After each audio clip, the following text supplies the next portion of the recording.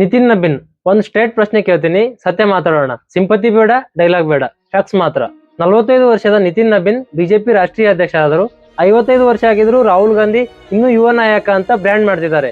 ಒಬ್ನು 5 ಚುನಾವಣೆ 5 ಗೆಲುವು, ಯಾವುದೇ ಸೋಲಿಲ್ಲ, ಸಂಘಟನೆ ಆಡಳಿತ ಫಲಿತಾಂಶ. ಇನ್ನೊಬ್ನು ಹೆಸರಿದೆ, ಫಲಿತಾಂಶ ಇಲ್ಲ. ಸರ್ನೇಮ್ ಪವರ್, 2004ರಲ್ಲಿ ಡೈರೆಕ್ಟ್ MP, ಗ್ರೌಂಡ್ ವರ್ಕ್ ಇಲ್ಲ, ಡಿಸಿಪ್ಲಿನ್ ಇಲ್ಲ.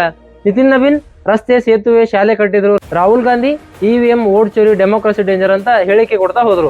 ಒಬ್ನು ನೇಷನ್ ಫಸ್ಟ್, ಇನ್ನೊಬ್ನು ನೆರೇಟಿವ್ ಫಸ್ಟ್. ಇದು ವಯಸ್ಸಿನ ಕಂಪ್ಯಾರಿಸನ್ ಅಲ್ಲ, ಇದು ರಿಸಲ್ಟ್ ವರ್ಸಸ್ ಎಕ್ಸ್ಕ್ಯೂಸ್. ಒಂದ್ ಕಡೆ 45ಕ್ಕೆ ರೆಡಿ ಲೀಡರ್, ಇನ್ನೊಂದ್ ಕಡೆ 55ಕ್ಕೆ ಸ್ಟಿಲ್ ಲರ್ನಿಂಗ್ ಪಾಲಿಟಿಷಿಯನ್. ಇದು ಜೋಕ್ ಅಲ್ಲ, ಇದು ಪೊಲಿಟಿಕಲ್ ರಿಯಾಲಿಟಿ.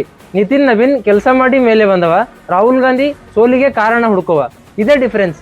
ಜನ ಕೇಳ್ತಿರೋ ಪ್ರಶ್ನೆ ಒಂದೇ, ದೇಶಕ್ಕೆ ಬೇಕಿರೋದು ಎಕ್ಸ್ಕ್ಯೂಸ್ ನಾಯಕರ ಅಥವಾ ಎಕ್ಸಿಕ್ಯೂಷನ್ ನಾಯಕರ?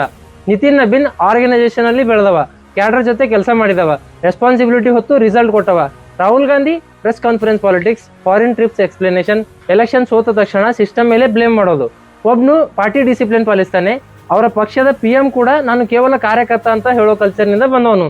ಇನ್ನೊಬ್ನು ಪಾರ್ಟಿ ಅವನ ಸುತ್ತಲೇ ತಿರುಗಬೇಕು ಅನ್ನೋ ಕಲ್ಚರ್ನಿಂದ ಬಂದವನು. ಅಕೌಂಟಬಿಲಿಟಿ ಕೇಳಿದರೆ ಸೈಲೆನ್ಸ್.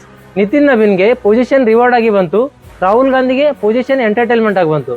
ಇಲ್ಲಿ ಡಿಫರೆನ್ಸ್ ಕ್ಲಿಯರ್. ಒಬ್ನು ಗೆದ್ದ ಮೇಲೆ ಹಂಬಲ್, ಇನ್ನೊಬ್ನು ಸೋತ ಮೇಲೆ ವಿಕ್ಟಿಮ್.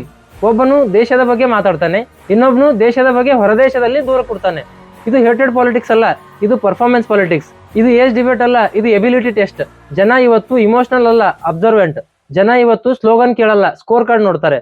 ಅದಕ್ಕೆ ಹೇಳ್ತೀನಿ, 45ಕ್ಕೆ ಪ್ರೆಸಿಡೆಂಟ್ ಆಗೋದು ಲಕ್ ಅಲ್ಲ, ವರ್ಕ್. 55ಕ್ಕೆ ಯಂಗ್ ಲೀಡರ್ ಬ್ರ್ಯಾಂಡ್ ಮಾಡೋದು ಪ್ರೋಗ್ರೆಸ್ ಅಲ್ಲ, ಪ್ರೊಪಗಂಡ.